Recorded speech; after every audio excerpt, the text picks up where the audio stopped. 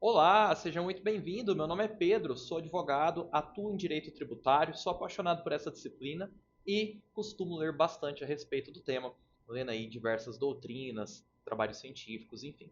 Se você pretende iniciar os teus estudos em direito tributário, seja qual for o teu objetivo, seja muito bem-vindo, porque essa série de vídeos que irei fazer agora é justamente a respeito da introdução ao direito tributário. É a base pela qual você começa aqui nos seus estudos nessa disciplina. Seja qual for a finalidade, é interessante você entender os fundamentos por trás disso. Para não ficar tão denso a aula, eu irei dividir em três blocos, certo? O nosso tema é Introdução e Fundamento, nós teremos um bloco 1, Conceito e Função, o bloco 2, Direito Tributário e Receitas Públicas, e no bloco 3, Natureza, Autonomia e Limitação. Cada um desses blocos ficará dentro de um vídeo específico, certo? Então, deixa aqui o seu gostei já no vídeo, não esquece de dar o like e, lógico, se inscrever aqui no canal se você estiver assistindo no YouTube, tá? Isso ajuda no crescimento desse canal e levar esse conteúdo de maneira gratuita a outras pessoas que querem iniciar no direito tributário. Digo para vocês, sem dúvidas, graças a Deus eu estou inserido aqui dentro dessa atuação, mesmo no olho do furacão da Receita, perdão, da reforma tributária, nós temos aí imensas oportunidades, é muito dinâmico essa área, o que está valendo hoje talvez não vale amanhã e a gente precisa estar atento e tributo afeta a todos praticamente. Então, vem comigo, vamos agora para o nosso mapa mental. Pois bem, aqui estamos, conceito e função é o objeto da nossa primeira aula. Nós vamos falar aqui agora sobre função essencial do tributo. A pergunta é, para que serve o tributo? E nós precisamos olhar para essa entidade chamada Estado. O Estado, para ele cumprir as suas funções que a sociedade impõe ou cria para esse Estado, para essa personalidade jurídica, ele necessita de captar recursos. Então, por exemplo, para que um Estado seja soberano na ótica internacional, no plano da soberania, ele precisa ter elementos de dissuasão. Para ter elementos de dissuasão, ele precisa fazer investimento em estruturas de defesa e, enfim, ter meios para responder, repelir ameaças iminentes ou dissuadir para que essas ameaças nem cheguem. E esses investimentos custam dinheiro. Agora, dentro de uma ótica de um prisma social, dentro do preceito do artigo 3º da Constituição Federal, quando a gente fala numa sociedade livre, solidária, precisamos entender também a necessidade de cumprir algumas outras tarefas que nossa sociedade entregou ao Estado, como, por exemplo, prover um sistema universal de saúde, a expansão do ensino gratuito, a universalização desses serviços públicos, a pacificação da ordem social através do policiamento, através do exercício da jurisdição pelo Estado juiz, porque tudo isso custa muito dinheiro. Ter uma sociedade assim organizada custa muito dinheiro.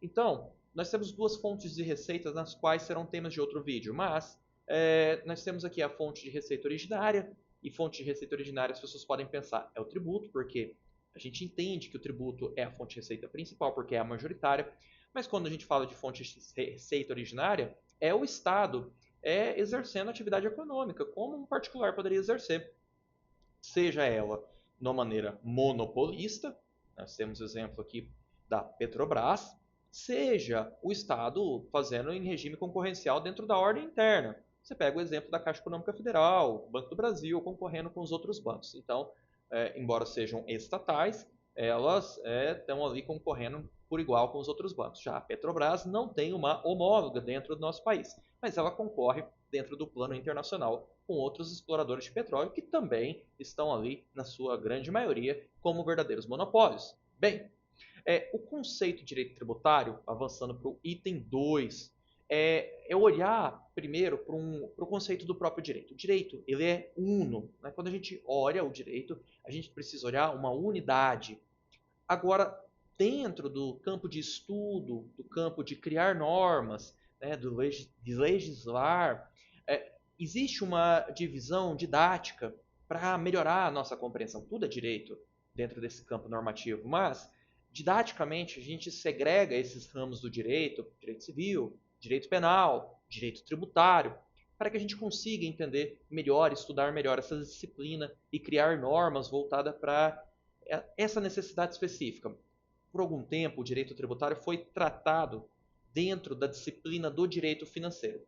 Só lembrando que trazendo esse conceito aí do direito uno, eu estou citando aqui o professor Machado II, tá? Hugo de Brito Machado II, você vai encontrar essa citação aí. Manual 2024, processo administrativo, processo judicial tributário. Vocês vão encontrar dentro do manual dele. Pois bem, então, por algum tempo, nós tivemos o direito tributário inserido dentro ali de uma matriz de direito financeiro. Nós não tratávamos ele como uma disciplina autônoma do campo de estudo. Olhávamos para o direito financeiro e alguma dessas questões afetas ao direito financeiro era sobre tributação.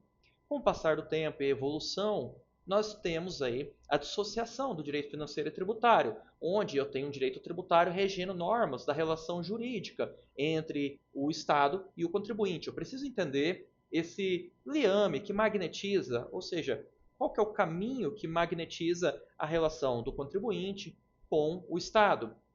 Através dessa norma, que é a lei. Esse liame é a própria lei. Então tem um ramo do direito que se ocupa em estudar a instituição, fiscalização e arrecadação de tributos majoritariamente. Isso é um conceito que dá o professor Sabag, seu livro 2025, curso de Direito Tributário. Pois bem, o estudo do direito tributário então vai se concentrar nessas questões. Vai olhar para o fato gerador da obrigação tributária, sujeição passiva, ativa, a instituição, como que é criado o tributo, o devido processo legal administrativo, o devido processo legal judicial, tributário, enfim. Nós temos peculiaridades afetas a esse tema. Nós temos legislações próprias como o Código Tributário Nacional, Lei de Execução Fiscal, nós temos regulamento do imposto de renda na ordem ali dos decretos e assim por diante. Então, nós temos uma autonomia de disciplina, mas ele não é dissociado do direito, assim como nenhuma outra disciplina. Tudo é um só e a gente faz essa segregação para fins de estudos. Entrando agora na questão da relação jurídico-tributário, que é o nosso item 3. Nós temos que a natureza dessa relação jurídico-tributária, desse elo que nos une, é uma natureza polarizada e obrigacional. A lei cria obrigação, ela é o liame que nos conecta. Ela cria obrigação e ela polariza. Nós, enquanto contribuintes, nunca estaremos como polo ativo da relação tributária. De novo, enquanto contribuintes, nós nunca seremos o polo ativo. Nós podemos ser apenas o polo passivo da relação jurídico-tributária. O que não significa que dentro de uma demanda judicial nós seremos apenas polo passivo da relação jurídico-tributária? Não. Quando acionamos o Estado contra o próprio Estado, entendendo aqui dentro da acepção de requisitar jurisdição para atacar alguma exação tributária, ou seja, algum lançamento, alguma autuação, um risco iminente de autuação. Quando nós acionamos, então nós passamos a ser polo ativo, mas dentro daquilo que o Estado irá fazer do seu exercício de jurisdição. Então, dentro de um processo judicial, nós somos sim polo ativo. Mas dentro da relação jurídico-tributária, nós somos o polo passivo. Por quê? Só pode ser polo ativo, ou seja, o credor do crédito público, o fisco ou a entidade tributante, o nome que você preferir dar, desde que seja aceito, a autoridade fazendária, por assim, algumas vezes, não seria talvez o termo mais adequado, mas comumente tratado como fisco, ou melhor, entidade tributante, nós temos a União, os Estados-membros, os municípios e o Distrito Federal. Essas 4 figuras são o polo ativo. E aí você me pergunta, tá, mas e os conselhos de classe, você que já está mais avançado, e os conselhos de classe que cobram tributos dentro das suas contribuições? Isso é tema para outra aula, porque essa cobrança decorre de um tributo instituído pelo ente federal. Então, nós estamos falando ainda de tributos federais, ou se seja outra, que seja outra coisa, por exemplo, uma instituição pelo tributo estadual, mas quem vai realizar a cobrança é outra pessoa, isso é tema de outra aula. Em regra, e é só isso mesmo, nós só temos a União, os Estados-membros, o município e o DF enquanto sujeitos ativos dessa relação jurídico-tributária. Ou o sujeito passivo, ele pode ser 2 pessoas, o devedor ou o responsável. O devedor é aquela pessoa, segundo o Código Tributário Nacional, que tem relação direta com o fato gerador da obrigação tributária. O fato gerador da obrigação tributária é aquele momento no mundo jurídico em que um sujeito passivo pratica um determinado ato, um fato na verdade, e esse fato ele é tributável. Quando eu aufiro renda tributável, porque não é qualquer renda, mas sim a renda tributável, eu pratico o fato gerador da obrigação tributária. Eu tenho uma grandeza, que é a base de cálculo, que é tema de outro vídeo. Eu tenho aqui elementos dessa base de cálculo e assim por diante. O tempo, do ato, enfim, questões que nós trataremos mais adiante, mas é bom trazer agora para você entender. Então, o contribuinte ele tem relação direta com aquele fato gerador. O responsável, também segundo o Código Tributário Nacional, é aquela pessoa que a lei atribui responsabilidade tributária pelo recolhimento ou pela obrigação acessória do contribuinte. Vou dar um exemplo aqui. Quando o empregador recolhe na fonte o imposto devido pelo trabalhador, vamos dizer o CLT está ganhando lá 5 mil por mês. Vem o imposto de renda, ele é recolhido na fonte, você tem as contribuições, são recolhidas na fonte, INSS, etc, etc. Quando você tem aquele recolhimento na fonte, quem está pagando é o contribuinte, ou seja, o trabalhador. Mas quem fez ali aquele recolhimento e repassou aquele valor aos cofres públicos é o responsável tributário, ou seja, o empregador. O dinheiro não chegou a cair na conta do contribuinte, não. O dinheiro ficou retido na fonte. Então, o empregador fez essa retenção e aqui nós temos um responsável tributário e esse é um bom exemplo. Existem outros tantos exemplos aí que a gente pode tratar mais adiante. E o objeto ou prestação, lembrando que a gente está falando de uma relação polarizada obrigacional, que esse vínculo é a lei, nós temos aqui objeto, prestação. E dentro do objeto nós temos obrigação de dar e obrigação de fazer. A obrigação de fazer, como por exemplo, emitir notas fiscais, entregar declarações, e obrigação de dar, que é a de transferir dinheiro aos cofres públicos. A menos que a lei traga outra modalidade, como por exemplo tem estampilhas, etc., algumas outras modalidades que caíram em desuso total, a obrigação de dar é apenas dinheiro. Quando a gente está falando hoje já num cenário de reforma tributária, já estamos falando de split payment, que isso é recolhido ali na fonte, na hora da transação, que acontece ali do compra e venda, da prestação de serviço, enfim, da transação de contratação de crédito, etc. Então, a nossa obrigação de dar, ela é de dar dinheiro aos cofres públicos. Essa é a obrigação principal, tá? Grava isso. Obrigação principal. A obrigação de fazer é uma obrigação instrumental, também chamada de obrigação acessória. Emitir uma nota fiscal, entregar declarações ou cumprimento de outras coisas que a entidade tributante te solicitar. Agora, eu preciso trazer dois alertas, tá? O primeiro alerta, não se aplica aqui aquela máxima civilista que a gente tem lá, que o acessório segue o principal. Isso em direito civil é muito bonito e funciona. Aqui no direito tributário, não. Se eu pago o imposto de renda retido na fonte, mas não declaro sendo obrigado a declarar, eu incorro numa penalidade de multa.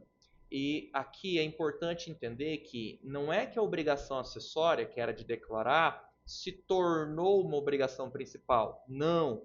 Ela não se torna obrigação principal. Ela faz nascer, o descumprimento dela faz nascer uma obrigação principal, que é o pagamento da multa pelo descumprimento.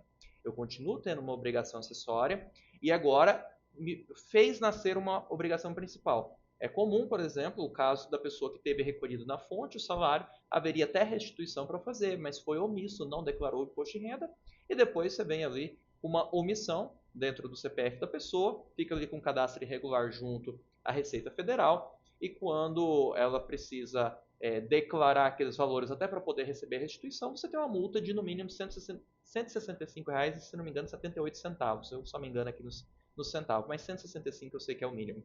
Então, a obrigação de dar e de fazer, a obrigação principal e a acessória, elas têm autonomia dentro do direito tributário, diferente da máxima civilista, que é uma coisa acompanha a outra, você cumpre a obrigação principal, está cumprida ali a obrigação acessória, ou morre extinta a obrigação principal, extinta a obrigação acessória. Aqui não, se você extinguiu a obrigação principal de pagar e não fez a acessória, problema seu, você vai poder sofrer uma autuação e ser multado. Se você fez apenas a obrigação acessória e não cumpriu o principal, problema seu novamente. Aqui você vai ter uma nova autuação, enfim, cobrança de juros, multa, mora, inscrição de dívida, cobrança desse crédito pelos meios devidos. Então, nós temos aqui o principal e o acessório, e dentro dessa perspectiva aí, uma coisa extingue a outra, e de novo, gravem isso, é muito comum errar. O descumprimento da obrigação acessória não transforma ela em obrigação principal. Repito, o descumprimento de uma obrigação acessória não a transforma em uma obrigação principal, mas faz nascer uma obrigação principal. Nasce uma nova obrigação, que é a de pagar a penalidade pelo descumprimento. E assim a gente fecha essa primeira aula de hoje. Deixa aqui o seu like, tá? Para você fazer esse canal crescer cada vez mais e levar informação de qualidade às pessoas. E se você tiver alguma dúvida, deixa aqui nos comentários. Lembrando que temos aqui um sistema de membros. Se caso você for membro, a sua dúvida tem prioridade na resposta. Vou ficando por aqui. Um abraço e até a aula 2 para a gente falar de direito tributário e receitas públicas.